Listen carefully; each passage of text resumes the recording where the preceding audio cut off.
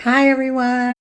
We're so excited to be getting ready for the Expo for Women that's coming up. And I wanted to make sure you had everything you need to get yourself off and going for the Expo for Women that's happening next week. This is my little tiara. Everyone who's helping out with the Expo is going to be wearing a little tiara. This is our little boa.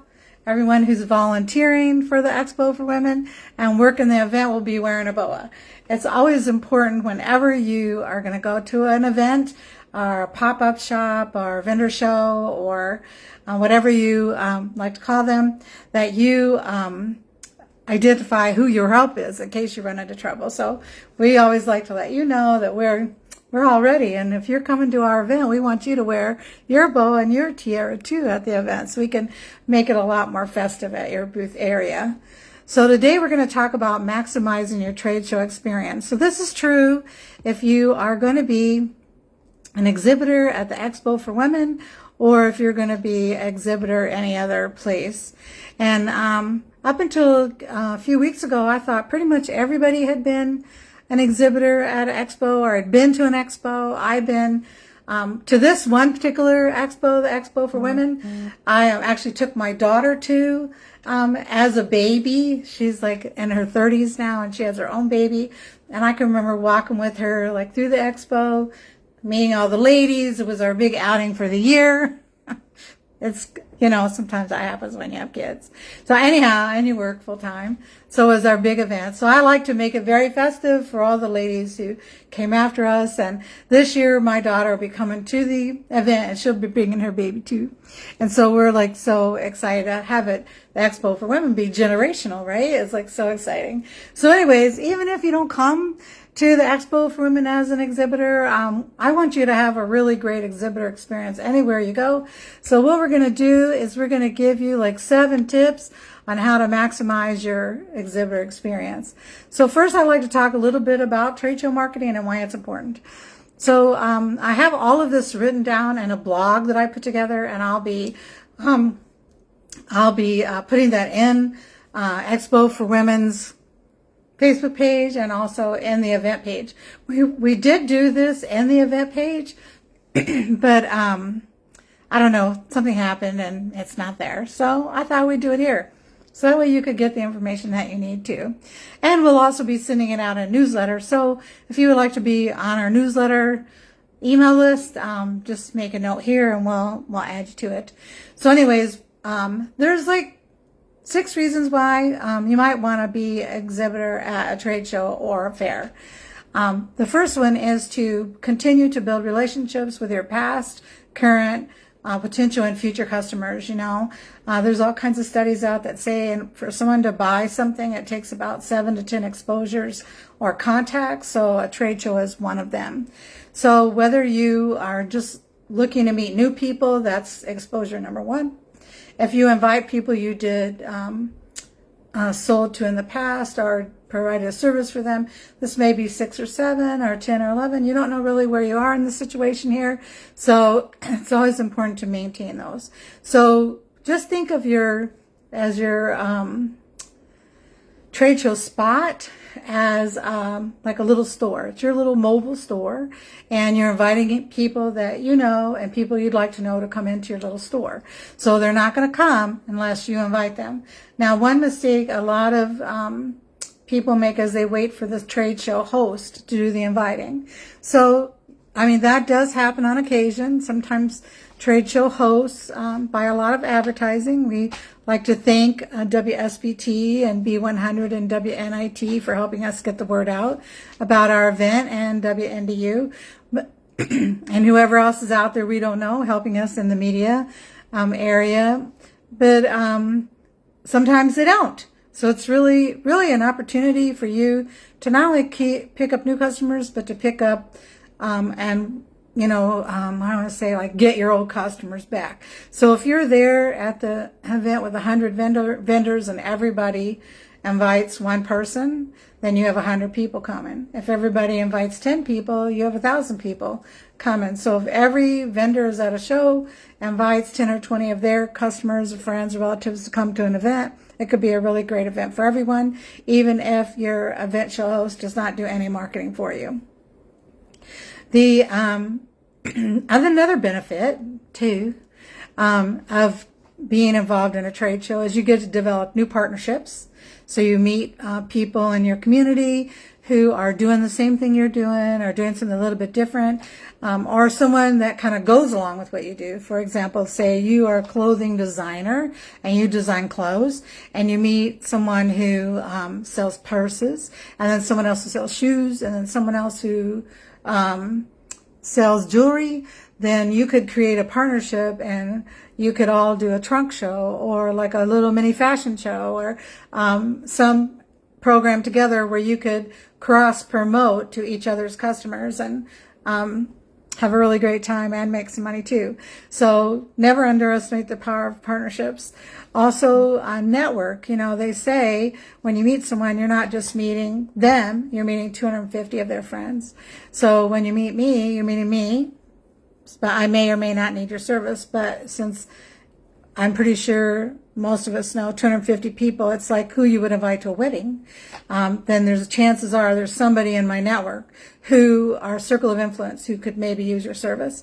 And then also trade shows are a great place to like check out what your competitors doing, how they're displaying their things, how they're talking about things, how much they're selling their things for, and also exchange ideas.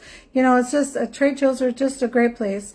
They're a great place to go to increase your revenue, to sell products, make appointments, and provide services at the event. So, of course, we want you to make money from the event, but, you know, by selling and making appointments. But, you know, new partnerships and building your network is all worth money, too. Also, a trade show is a great place to boost your brand awareness. And it's a lot, increase your visibility. You know, these days it seems like businesses are kind of in and out every day. Like businesses are going out of business, people are going back in business. It's just really hard to keep track who's there for us, who's not for us. So I think a trade show is a great way to say, listen, I'm open for business. You know, that's worth a lot, because if no one knows you're open for business, then they won't know to come to you for business. Another thing to think about is a place to launch new products and services, like things you haven't tried before, and also do market research. So like have people try it. So if you want to try out a new fragrance or a new cream, or you wonder like what flavors people like the best, or what item they like the best, or what thing they like the best. Like you could do a little survey you could do market research right at the event, and then you would know which way to go with this. So those are the reasons why you might want to be at a trade show. I really think a trade show is like America's best kept secret. I mean, it's just amazing. It's kind of like a mall, but better. It's shopping local, but more. It gives you a chance to support people who own their own business, which is amazing. And it gives you a chance to build relationships so that you can actually meet the people that are delivering the services that you're buying, which I think is really great. And it supports, you know, small business and entrepreneurship in our country, which is the backbone of every community. So here are the seven ways to maximize your trade show experience. So number 1 is create a buzz before the trade show. So listen, I know it's tempting. Don't do anything, just show up at an event, but really, that's really not taking full advantage of your marketing opportunity if you just sit back and let your trade show host do all the work. So think about it. So whenever I'm getting ready to do a trade show, either producing one or being in one myself, I always send out a press release. A press release is worth millions of dollars. I mean, it's such a great way to spread goodwill about your business. Let the community know what you're doing. It's non-threatening. It's just a short description of what you're going to be doing at the event. You can do press releases for any number of things in your business, but when you're doing an event, you can do a press release around what you're going to be doing at the event. And if you go do like pop-up events like every weekend, then okay, so you're sending out a press release every weekend. So what does that look like? It looks like you're really out there marketing your business. I mean, that shows that you're in the community supporting what's going on out there. I mean, what's bad about that, right? So a press release is really great. Plus, it lets the media know what you're doing, and maybe they might want to cover it. For us, we had WSBT picked up our press release, and now we're going to be on Michiana Hometown Living. We also had WNDU pick up our press release, and they covered it in the news. So you never really know who's going to pick up your press release and what's going to happen with it. So a press release is a great way to go. And if you need to know how to make a press release, when I get done with reading my blog right here to you, I will post that on the Expo for Women page, and there's a place right there that says write a press release, and then template. You click on it, and there's a template for you to kind of help you get started. So number one, create a buzz before the show even gets started. Number two, tell everybody. I mean, listen, don't hold back. Tell everybody. And you ask the person who's promoting the event, is there any way you could offer your guests like free tickets? When you tell your people to come to the event, you could offer little small free gifts for having them come to your booth, to encourage them to come. You can advertise in your email to come to your booth. You can advertise on all forms of social media to come to your booth. You want to tell everybody to come to your booth that people that have been your customers in the past, people are your customers now, people you already talked to, people you hope to have your customers, and ask them to bring their friends. It's a mistake to let the event host do all the inviting to find new customers. You're the person who's responsible for finding your new customers. If the event host helps you, that's really great. So 3, be memorable.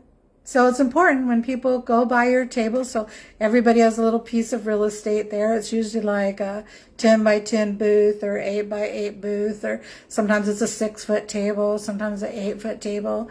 And it's up to you to make the most of that spot. So you want to make sure it's interesting and colorful, something that'll draw people over to take a look at your booth. I know those tablecloths that have the writing along the edge are very popular, where if you want to know who's at the table, you have to look at the floor. I don't consider that to be very good. I think it's good to have all your signage eye level so people can see your sign or attracted to your booth while they're walking around. They don't have to look down and bump into other people while they're walking around. So think about how to make your booth interesting. I personally like balloons. I think they're really great. It's fun. They look beautiful. They're not expensive, and they're very eye-catching. So really be thinking about how people can be identified to your booth, and also what would be eye-catching. So 4, be inviting. So everyone who looks at you, you look back and say hello. Listen, saying hi to people is very warm and friendly. You never really know. Sometimes hi goes a long ways. I always like to call people over. Hey, come over and talk to me. Like, I'm standing there, I'm not doing anything. Try to create a conversation, which is really nice. Or you could do something a little less awkward than that, which is have activities. Everyone loves the activity. So in the blog that I wrote, there's actually a link to some inexpensive activities, but some that are listed that come to my mind are, one time I went to an event, and there was, the theme of the booth was Wizard of Oz, and they had travel the yellow brick road with a little brick road up there, and then they had a little trivia game about that, which was really fun. I went to another event where they had someone dressed up like a magician, and they did little card tricks, and the person doing it was 10 years old, which was really cute. People love kids. And I went to another event where they did Name That Tune, and if you name 3 or 4 tunes, you got a prize, and people just love to win.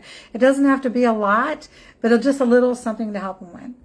So 5, to maximize your trade show experience, is to donate a portion of your sales to a charity.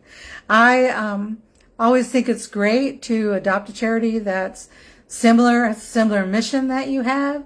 And that way when you're talking about your charity, it's easy because you're kind of talking about you too and your business. I think there's a lot in the business journals now about how important it is to create a partnership with a charity, where a for-profit organization creates a partnership with a nonprofit organization that is traveling the same mission or has the same goals. And that just helps both of your businesses grow, because in that way Like, for example, so I have founded a nonprofit organization called Seat Your Health Women's Initiative, and about half of all the women in our mentoring program are domestic violence victims or survivors. And so I made a partnership with HOT here, Our Tears, which is Tracy Winston. She is a domestic violence advocate and founder of that organization. So she encourages women that she talks to in domestic violence who's looking for a way out to take a look at entrepreneurship. And I speak with the ladies that I mentor and that are I meet in the community who need help or resources getting out of a domestic violence situation about Here Are Tears. So it's a perfect partnership. So think about how you might partner with a charitable organization and who that might be, and then approach them. It's nice to say that a percentage of your money goes to a nonprofit organization, and it's very civic minded. It's a good thing. 6, make the event work for you. So you want to be sure and leave the event with appointments or interviews, services, how to connect with people online and offline. I mean, it's important. It's great to get impulse, have people make impulse purchases. That's always really great. But you know what? It doesn't always happen. So when you leave, you want to make sure you have what's called qualified leads. So a qualified lead is somebody who could possibly buy what you're selling. So like, for example, say you're a wedding planner. So you might want to know if a person is planning on getting married soon, or do they know someone who's getting married, or maybe they do parties too. Would they like to know, is somebody's anniversary coming up, or would they consider doing a party for that?